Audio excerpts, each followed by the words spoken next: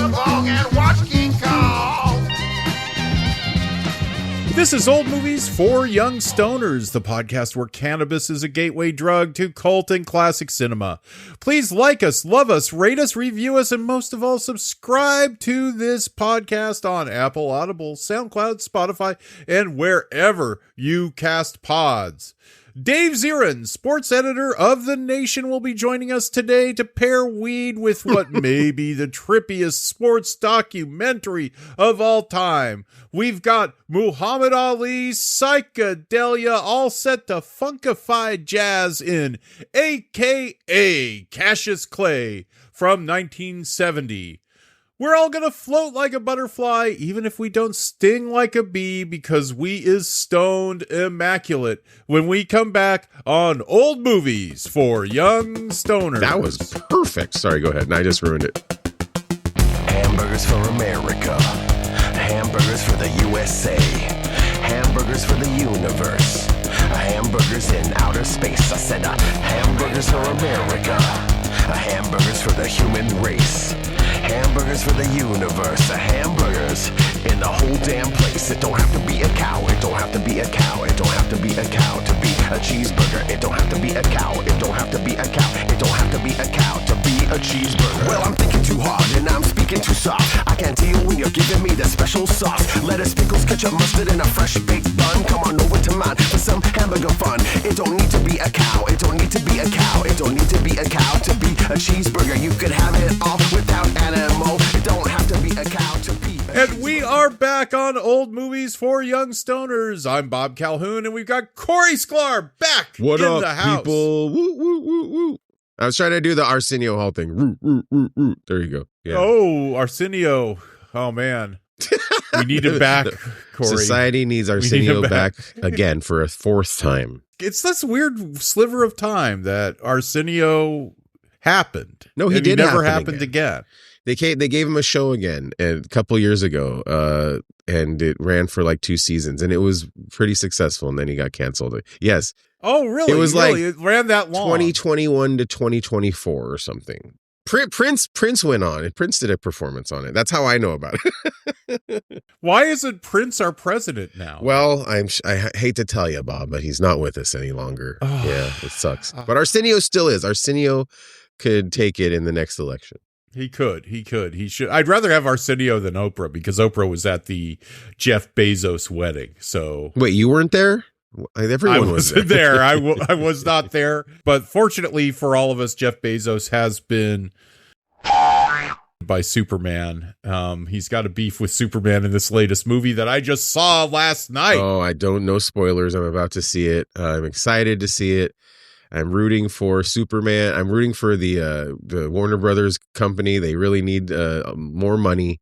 Is Zaslav getting paid directly for this movie? Well, I mean, he's probably securing his bonus for next year from this and Sinners at the rate Superman. You know what? He has Sinners and Superman under his belt so far. He might be the greatest studio owner of all time. I think it's all by accident somehow. I think it's like, no one is less deserving of having these two big successes than David Zaslav. And he also had Barbie, but I think all this stuff was all... Oh my God, he's the greatest studio executive of all time. It's undeniable.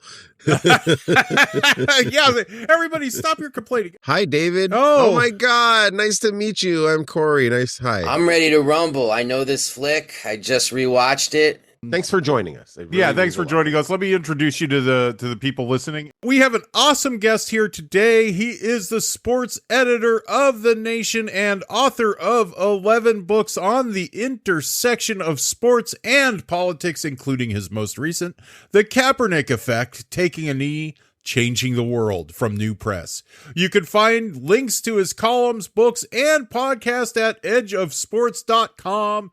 Hailing from New York City, he is Dave Zirin. Oh, first I got to tell you it's Zirin, like a fire siren. I knew that. It's all good. I needed to ask Everybody you that mispronounces it.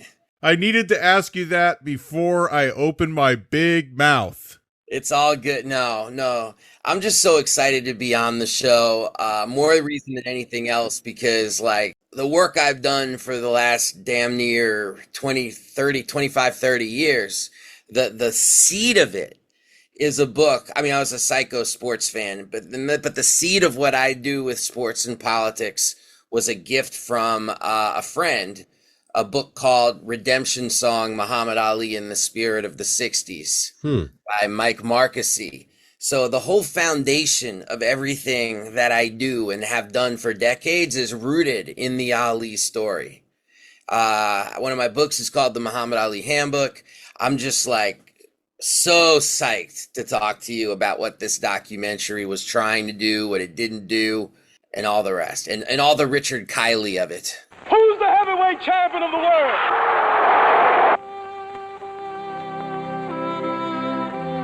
Cassius Clay, in a motion picture with every brutal punch he threw in the ring, every beating he took outside.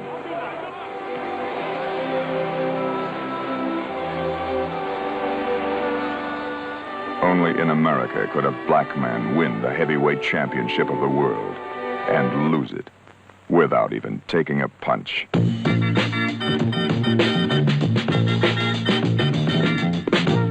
In the ring, he's Cassius Clay, dancer, craftsman, the boxer supreme. Outside the ring, he's Muhammad Ali, one of the most controversial black men of our time. Even if it means facing machine gun fire that day, I will face it before denouncing Elijah Muhammad and the religion of Islam.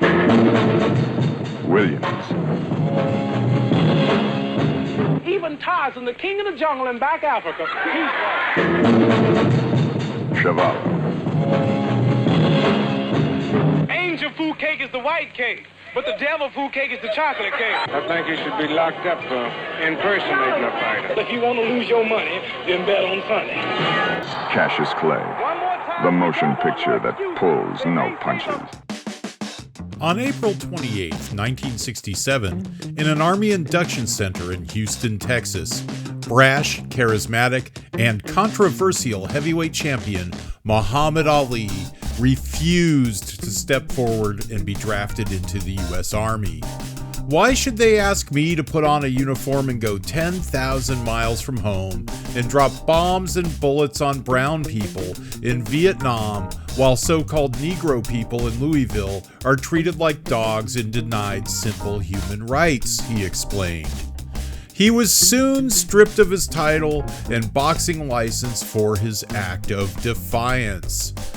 Our film today takes place during that time when Ali was an athlete in exile from his sport, struggling to make a living and pay his lawyers through bizarre enterprises such as the computer fight against Rocky Marciano, where the fighter of the 60s took on the champ of the 50s in a simulated match determined by punch card computers, and Buck White, a Black Power-themed Broadway musical which closed just after 4 days.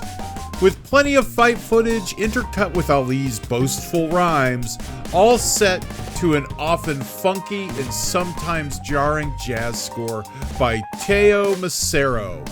Directed by Jimmy Jacobs and narrated by actor and singer Richard Kiley, who also appears in Howard the Duck and an episode of Columbo. From 1970, this is A.K.A. Cassius Clay. Oh, Richard Kiley. Yeah. I mean, I remember, I think we've just gone into the movie here. Yeah. I remember seeing this thing, like, I think on TNT when they just showed weird shit, in the 90s, before they just allowed only TCM to show that. But it was just so bizarre, like those weird cuts at the beginning with Richard Kiley. He's playing the part of a concerned journalist, really. Yeah, with a black background, with dissonant jazz playing, and Kiley looking very much like the sort of liberal college professor that you'd want the door open when you were doing a meeting, a student teacher conference meeting. You know what I'm saying, though? Like vaguely sort of creepy, speaking the language of the young, sort of, but being a little old to be doing it. Physician and scholar Albert Schweitzer delighted in the play of cats, their antics distracting him from thoughts of human misery. And some of the choices about film and coloring were just really bizarre. I can see why you thought it bizarre, because it is bizarre. But one thing I just want to throw in, I think, to frame this is they make this film in 1970. The Ali story, which I can tell you, I think I and most people are familiar and over familiar with, due to, the Oscar winning When We Were Kings, due to the Will Smith movie Ali, to movie docs by Antoine Fuqua for Showtime, Ken Burns, multiple part, best-selling books by David Remnick, children's books about the story, his own autobiography, his own film, his own book. I mean, it's a story that's been told and retold because there's an incredible arc to it, like a mythology. But, as weird as this film was, it was the first to do it. Yeah. They were the first to say, you know what? This story is wild. I mean, it's amazing people didn't think of that almost a decade earlier, as all the, the story of how he became a boxer, the stealing of the bike, let alone everything with the nation in Vietnam. They were the first people to say, this is a damn story. Let's do a doc on him. So I got to give initial props before we start making fun of it. Oh yeah, no, I don't want to make fun of it. I think this is a brilliant little piece of film here. But Dave, I want to say you're right. You're correct. I counted there's 15 Ali docs out there. A lot. There's a lot of them. Oh my God. And so thank you for picking this one, Bob. But I'm not super over familiar with Ali's arc and timeline. By the time I was little, he was kind of like on TV a lot as like a talk show guest and like kind of a silly guy, right? And his political past wasn't what he talked about a lot, and it wasn't what the culture talked about a lot. So I knew him as like a funny guy when I was a kid. Where are we in the timeline of Ali politically and in his career when this is made and when this comes out? Because there's a lot more to the story, right? Afterwards. Yeah, that's such a good question, because if you notice, the film is directed by not like Haskell Wexler or something, or Norman Jewison, I'm just trying to yeah, these journeyman guys, no, or Godard, even though it's got all this weird stuff in it. Young Will Friedkin, Yeah. You'd expect him to do something like this back then. Yeah. Oh man, underrated Friedkin. No, this director's kind of an interesting dude, right? It's Jim Jacobs, who appears in the film. And he went on to become Mike Tyson's fight promoter. Like, he's a guy in the fight game, in the promotion game, while also being, the film archivist for boxing. So that interest in film, which makes his choices all the more puzzling, but much more hardcore a promoter. And the producer of the film was a guy named William Caton, who was Mike Tyson's co-promoter with Jim Jacobs. So Caton was a big time promoter. So you can view this film as a way of them trying to recontextualize Ali, because he was banned from the sport, the champion who had his title stripped, undefeated. And everybody knew that if he could just get back into that ring against Joe Frazier, another unbeaten Olympian gold medalist, that had never happened before. Two unbeaten. I mean, think about it. It's almost like a virgin birth, the unbeaten former champion. And they were going to clash, and they did in the fight of the century in Madison Square Garden. But there was this real question. The most famous promoter of the time, a guy named Bob Arum, he described Ali as a dead piece of merchandise because he was seen as unpatriotic, and no one would ever want to see him fight again. And, Caton and Jacobs were trying to revive him. Yeah. And I see this documentary as trying to be a part of that process. And so that's what was happening in 1970. Thank you. The Kiley thing, I just got to say one quick thing about Richard Kiley thing, because I did a little bit of Kiley digging on this. And just a little side note, he was Broadway. He wasn't really Hollywood or television. He did stuff there. But Broadway was his thing. He was the original Don Quixote in Man of La Mancha. Mm-hmm. He's the first person to sing Impossible Dream on a stage. Wow. And So he's a won seasoned couple actor. Tonys. But then, like, you notice, like, weirdly, it starts with Muhammad Ali's failed Broadway appearance in Buck White, where he's and that was his effort to try to, he didn't know if he would ever fight again. So he there's footage of him on stage, right? And he's singing a number, and he's quite good. He's on key, and I didn't know. I never knew about this Broadway turn. Well, it's this Buck White. It only lasted 4 days. It's kind of a Black Power Broadway show with Ali, and the movie begins with him singing about this big black balloon, and it's kind of weirdly creepy a little bit because we're gonna get a balloon, and it's like. But there's another number in that movie, which you can find on YouTube, that he did on the Ed Sullivan Show to promote it, where he's got this beard and everybody around him has chains, and it's like a blues, like, we came in chains, we came in misery. We came in chains, and now your choice must be.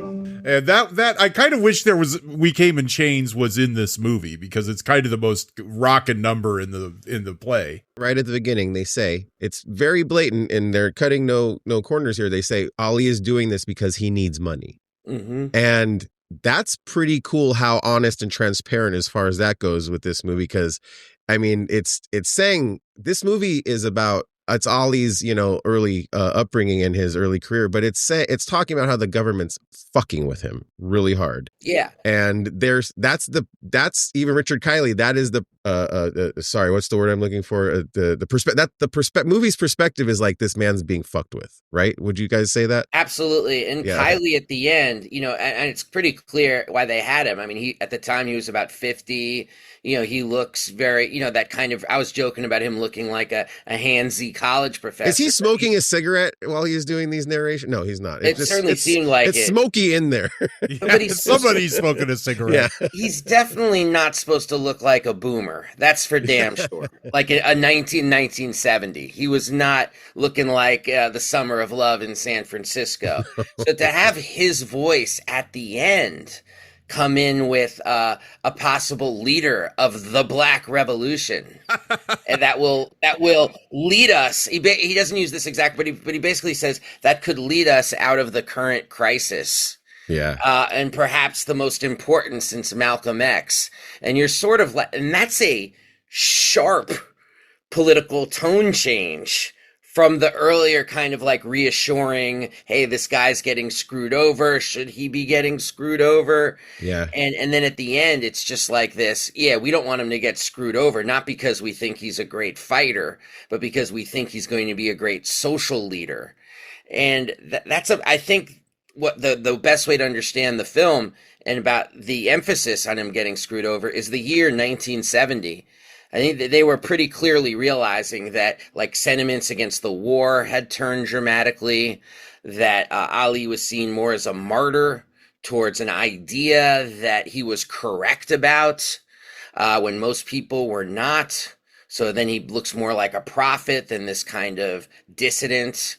And I felt like they were trying to position him in a way that understood that public sentiment was going to change as to how they viewed Ali. Yeah. There's something you wrote in What's My Name, Fool, your 2005 book on protest in sports, that was a little revelatory to me. I know the Ali story pretty well, but I think I've always read books that focus on Ali, the person, and maybe not as much bigger picture, like Hauser's 90s book. I've read it like 2 or 3 times, the oral history kind of Ali.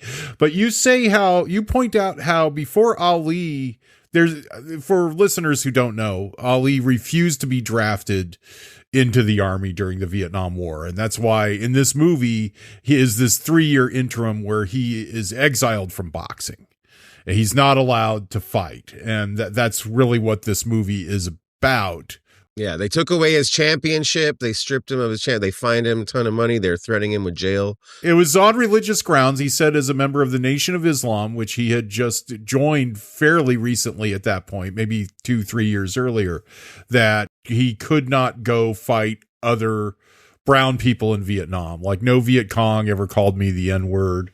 was one thing he said, very powerful thing. But you said that before Ali didn't step forward in that induction center in Houston, that the Vietnam War protest was very nascent and it only grew after that. And I thought of Ali as his stand was a big moment of it, but I didn't think of it as a catalyst as much until I read your book. Yeah, the catalyst factor can't be overshot, because you had these two titanic struggles happening in the country in the mid 1960s. I shouldn't say titanic because one of them wasn't that big, but you had the two struggles that would define the 60s already in place by 1964, and that would be the Black freedom struggle and the anti-war movement against the war in Vietnam. And the anti-war movement was largely college, largely white, largely more middle class. And the Black movement was something that operated more from below, was defeating the Jim Crow South and was moving up north. And now you have the heavyweight champion, the most famous athlete on earth at a time when boxing was, especially heavyweight boxing, was one of, if not the preeminent sport in the United States, along with baseball. And this champion has one foot in both of those camps.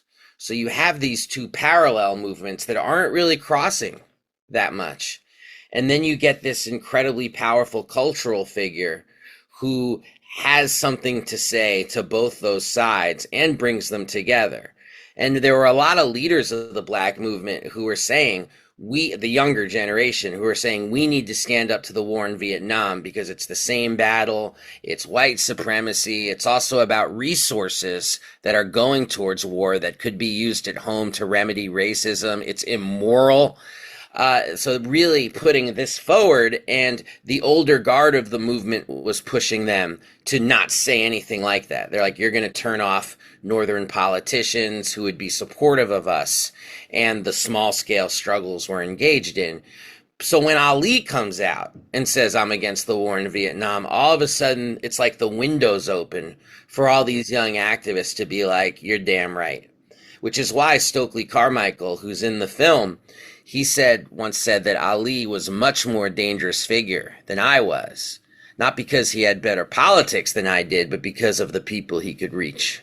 Well, he is the most famous athlete maybe in the world at that point. He is like as famous as LeBron or Steph Curry. It's all basketball right now, seems to be where these kind of globally famous American athletes are. But I don't think there was anybody more famous than him. He used to ask if he was more famous than Elvis.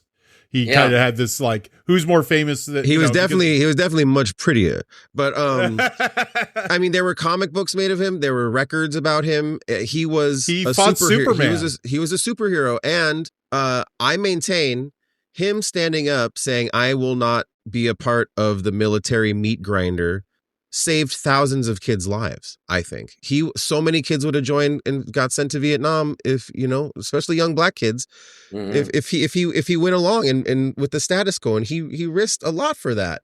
And this movie kind of hammered that. Like, I didn't know the whole story, and this movie, as weird and silly and fun as this movie is, I was very impacted by all that. I'll say on top of that, you talk about the lives saved. Also, you could make the connection to probably a lot of lives saved in Vietnam as well among Vietnamese people, because they had a poll taken as to who was your hero, and among Black troops on the ground in Vietnam, Ali was number 2 to Martin Luther King, who at this point had both been assassinated and come out against the war in Vietnam, and Malcolm X was 3. And a lot of these Black soldiers, inspired by both King and Ali's resistance to Vietnam, would start this process of leaving signals to the southern Vietnamese troops, what were called the Viet Cong. They would leave messages so they would avoid each other on patrols and not have to shoot and kill each other. And it came with Black soldier promises to not burn down villages or go after civilians. Oh my God. it's where the phrase woke really comes from. It's black soldiers in the military like stay woke, and it's really about like these white officers or these white sergeants might accidentally shoot you, so you gotta stay awake through this, just be aware of what could go down. Yeah, and or the vice versa on the shooting. This was the era of the fraggings, as they were called, in the barracks, just superior officers, majors, having a fragmentation device under their bed when they go to sleep and killing the ones they felt like were leading the soldiers into the meat grinders. Ugh. I mean, and it happened so much. There were fears that were written by generals that it would cause just the utter implosion of the army in Vietnam, which was one of the motivations for getting the hell out of there. Cory, I want to bring you a little into this, and let's talk about the music, because the music is very, very distinctive. It's this kind of funky jazz score. It's sometimes a little grating, and it's by Teo Macro, who the same year that this movie came out produced Bitches Brew by Miles Davis. He did all. He was Miles's producer from all those great albums in the 60s and 70s. Like Miles would just jam in the studio for hours, and Teo would cut it up and make it into albums. That was his job, and he's a genius. I love the music in this movie. I think it's amazing. It's badass. But what is the jazz? How did he get involved in this movie? This guy. What's the director's name, David? Jim Jacobs. Jimmy Jacobs. He must have been involved in the Jack Johnson movie and the Jack Johnson Miles Davis soundtrack too, right? It must be all connected. I don't think Jacobs was involved in music production, but you have to think there's some kind of connection A to B. Right, because the Jack Johnson movie is a lot of his footage, I think, too.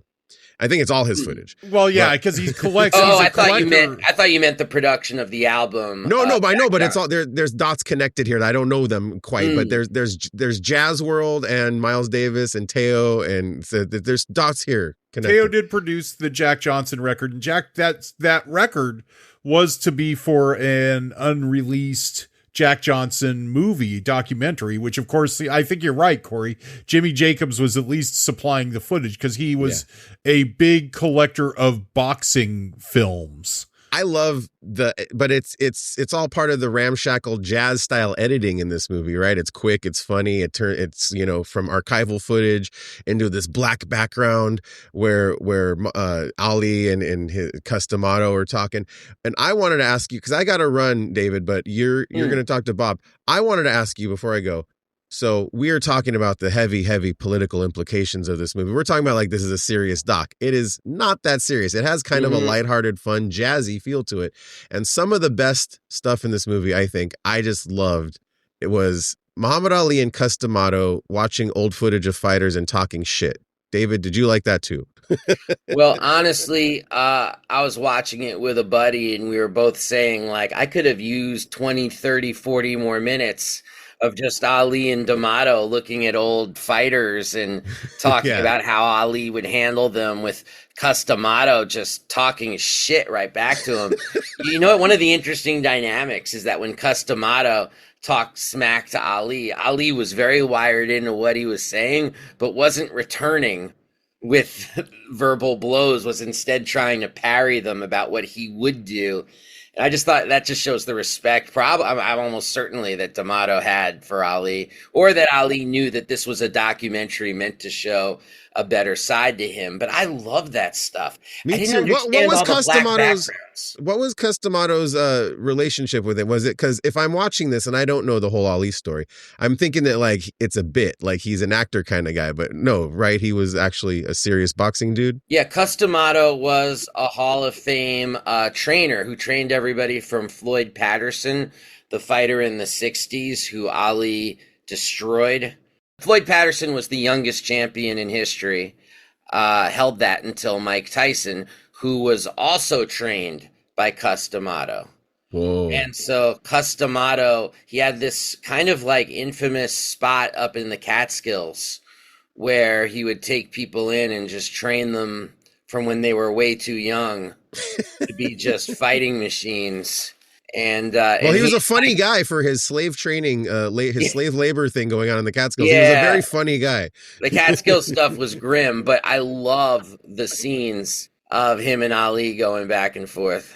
The thing about the Floyd Patterson fight too, and it's where the name of your book comes from, is Floyd Patterson dead named Ali. Ali came out, and I am now Muhammad Ali, and Floyd kept calling him Cassius, and so Ali like really toys with him. Keeps him in the fight, keeps him going round after round, doesn't finish him to keep punishing him and saying, "What's my name, fool?" And there were a couple of other fighters at that time who dead named Ali, as we would call it now, and brings us into the trans people in sports thing. That was always my understanding of trans rights. Actually, also comes from Ali, because I'm like, well, this happened with Muhammad Ali, and we all call him Muhammad Ali, and so why are we getting all weird about this? Yeah, it's true. Yeah, because people got weird about Ali. Oh, they definitely did. They definitely did. Well, Bob, you were telling me, we were talking on the phone, you were telling me you remember your family being like, oh, Ali should go along with the guy, he's anti-American, right? You have those memories? I mean, I'm old enough that Ali fights would be on Wide World of Sports or something, that, during like the tail end of his career, so there'd be people over watching Ali fights, and like the guy my mom was dating or wanted to date my mom, just some Korean War vet guy, white guy, I grew up with white bigots. What can I say? And it's like, oh, he's terrible. He should have gone to Vietnam, and what's all this?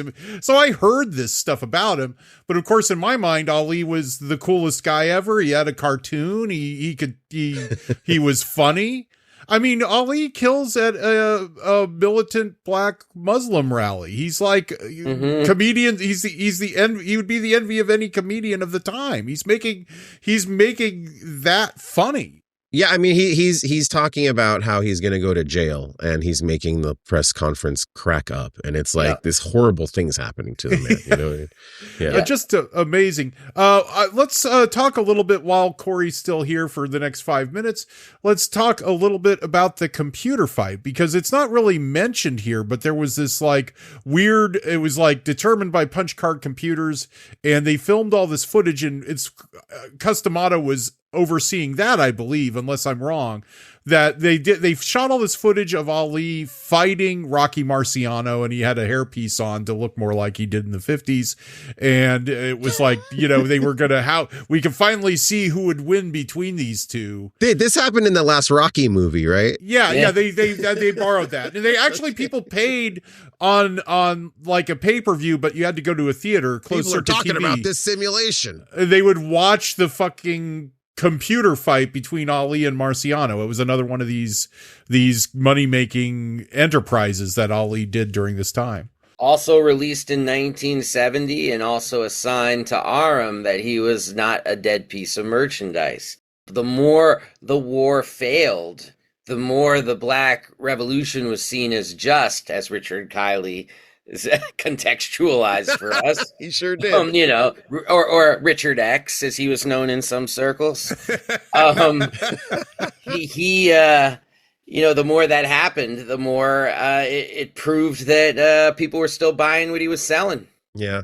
Yeah, the times came with him finally in the early 70s, even though he lost that first Frazier fight. But that didn't happen yet when we're in this movie. And honestly, a lot of the Ali historians say that him losing that fight to Frazier, but really competing, giving everything he had to it, endeared himself to people who saw him before as cocky, because he all of a sudden came down to earth a little bit, and that actually endeared him to people. Well, he gets knocked down by Frazier, but he ends up like rallying within that round in the later rounds. And so he showed grit. Customato talks about this in the footage of the Chevalo fight. Like, oh, you took punishment. Like that was the thing they didn't like, is nobody could punish him. He's like, I was just watching some of the footage in this movie where he's just avoiding every punch of these guys, really trying. And these are top ranked pros or former champions, just really trying to lay a glove on him, and they could not do it then. Mhm. The footage in England I found fascinating when he was fighting this guy Cooper. I never saw that before, and it was fun to watch. I'll tell you what. I'll tell you, I feel like Cooper stepped right out of a Guy Ritchie movie. I know exactly.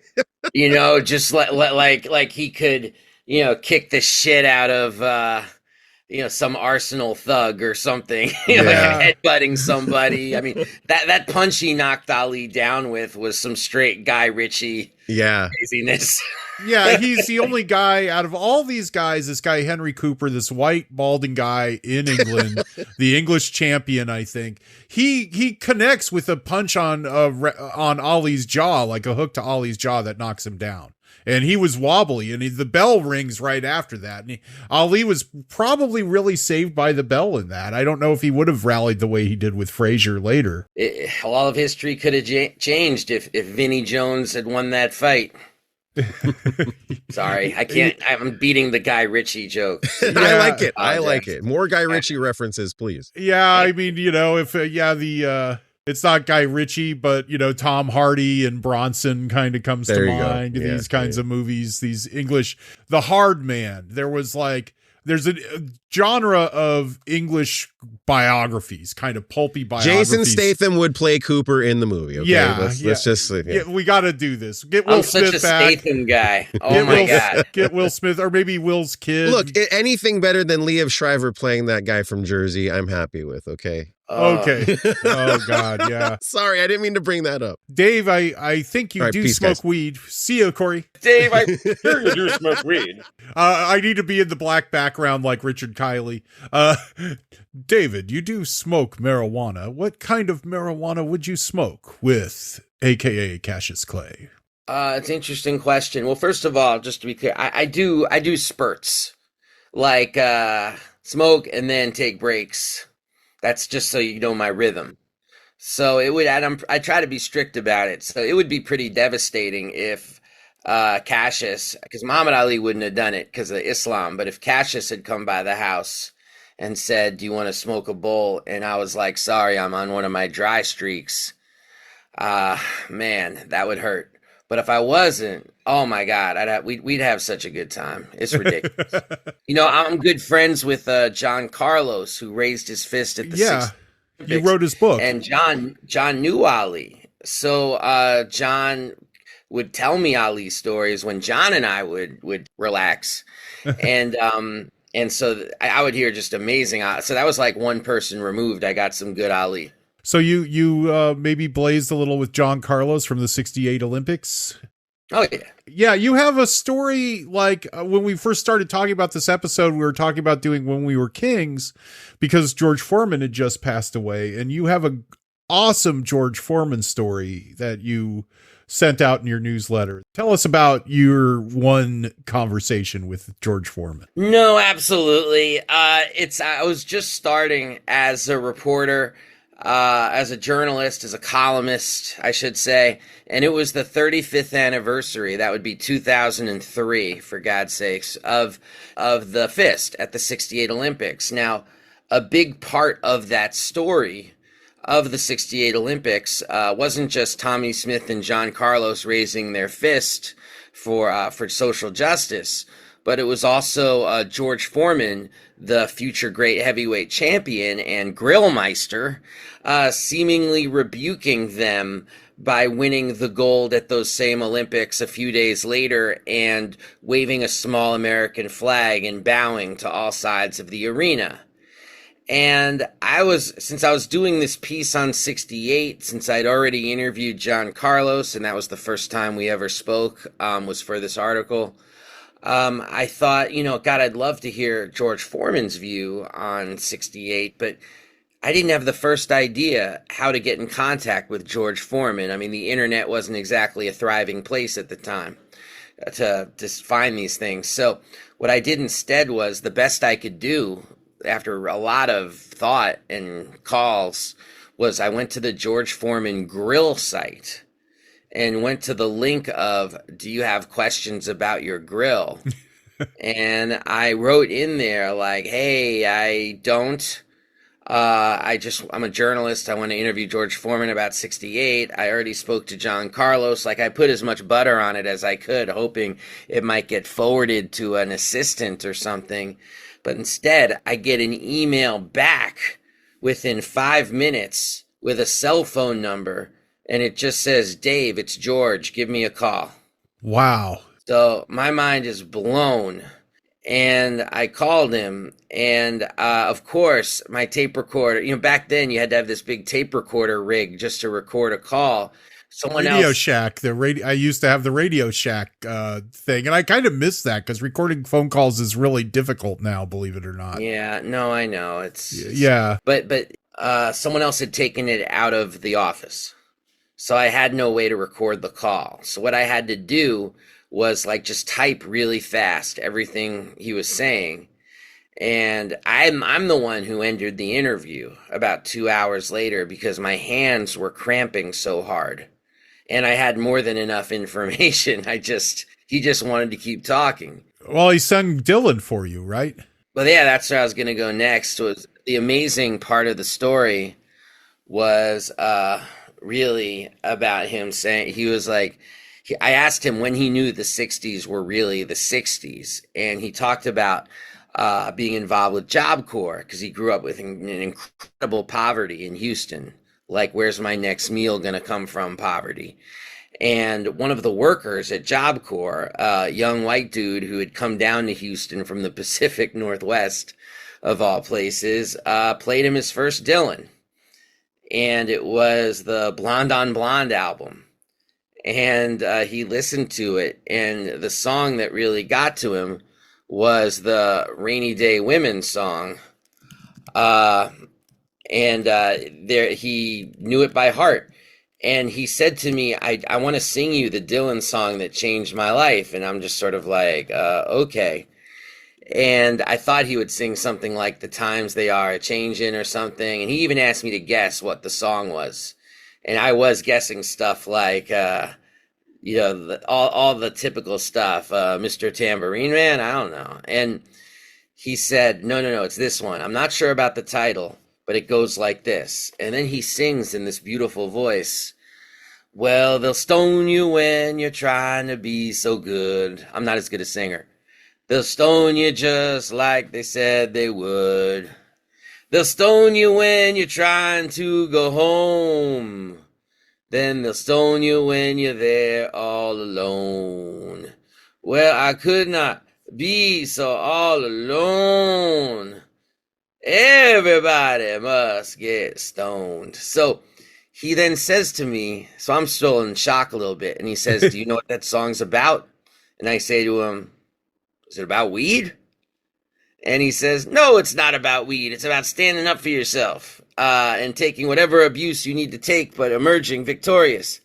And I just said to him, I kind of think it's about weed.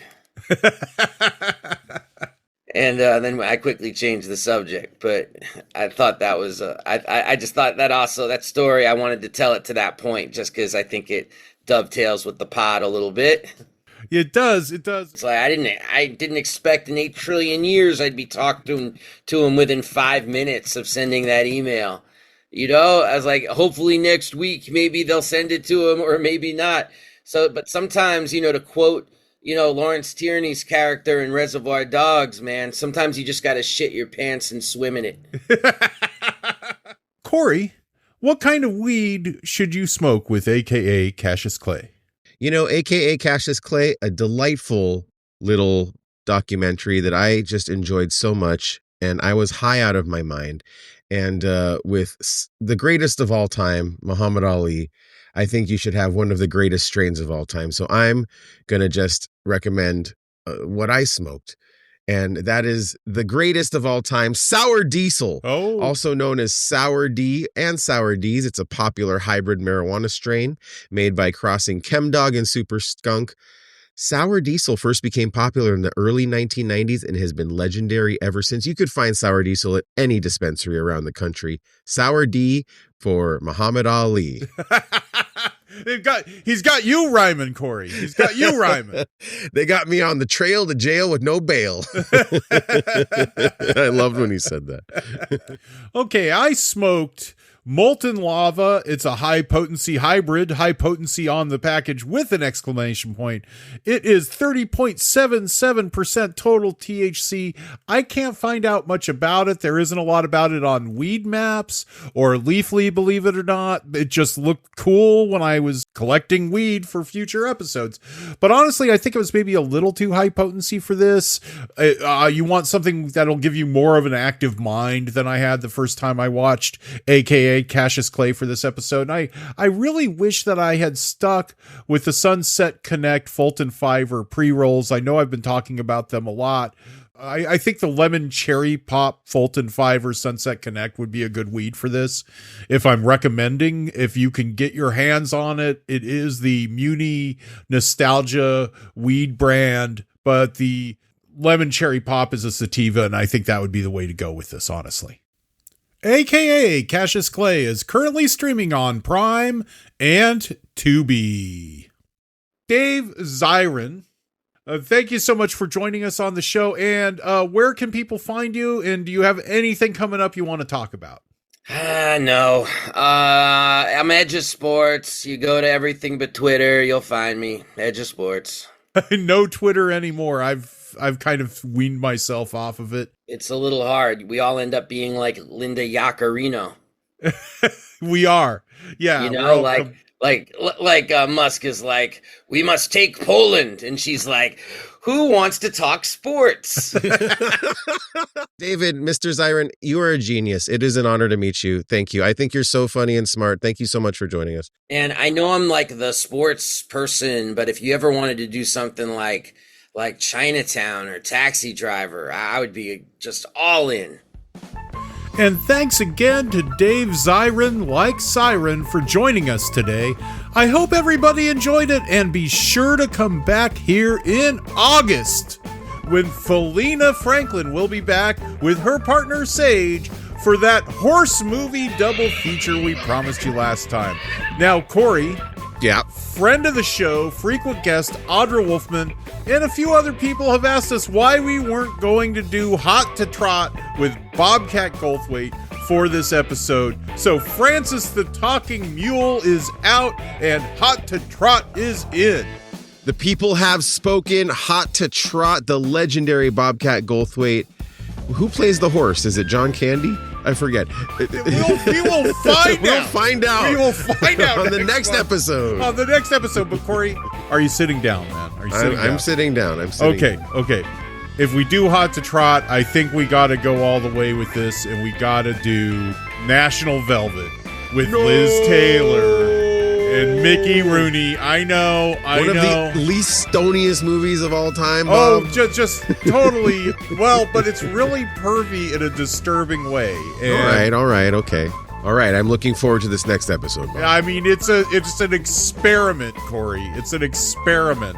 And you can put that in your bong and rip it right here on Old Movies for Young Stoners. Yeah, smoke weed every day. Egypt not only selected the cat, but loved her and eventually came to worship her.